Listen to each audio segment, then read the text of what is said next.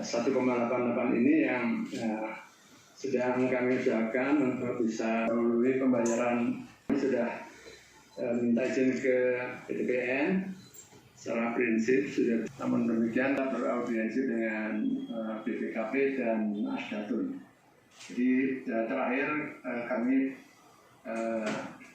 audiensi dengan Asdatun dan juga kepada para jalan keluar, supaya yang penting sudah dan tanah saat ini itu tidak lagi menggunakan pendampingan BPKP, tapi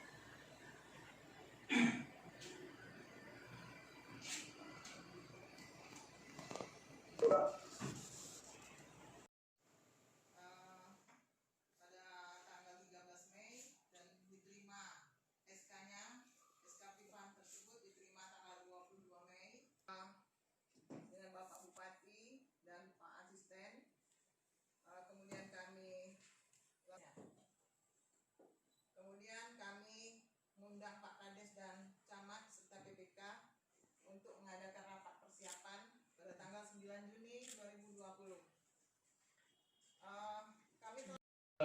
Penentuan lokasi Penlok Ketua Tim Pak A1 kami, bahwa sesuai dengan rapat kita terdahulu pada tanggal 21 April 2020